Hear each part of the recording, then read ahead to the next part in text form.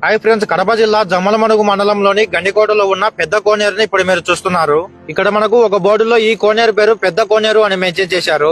కానీ ఇక్కడ ఉన్న కొంతమంది ప్రజలు ఈ కోనేరును కత్తుల కోనేరు అని పిలుస్తారు. మనం క్రోమ్ లో గండికోట హిస్టరీ అని టైప్ చేసినా కూడా ఈ కోనేరు పేరు కత్తుల కోనేరు అని చూపిస్తుంది. ఈ కోనేరును కత్తుల కోనేరు అని ఎందుకు పిలుస్తారు అని ఇక్కడ ఉన్న కొంతమందిని అడిగాము. ఒకప్పుడు రాజుల కాలంలో యుద్ధం చేసిన తర్వాత రక్తంతో తడిసిన కత్తులను తీసుకొచ్చి ఈ కోనేరులో కడిగేవారంట. అలా కడిగినప్పుడు ఈ కోనేరు మొత్తం నెత్తురుతో నిండిపోయేదంట. ఇంకా ఆశ్చర్యం కలిగించే విషయం ఏంటంటే ఇక్కడ ఉన్న కొంతమంది చెప్పారు, ఇప్పటికీ ఈ కోనేరు అక్కడక్కడ ఎరుపు రంగులో కనబడుతుందంట. అది నిజమా కాదా అని చెప్పి మేము కూడా అన్ని వైపుల నుంచి బాగా నిఘా పెట్టి చూసాం.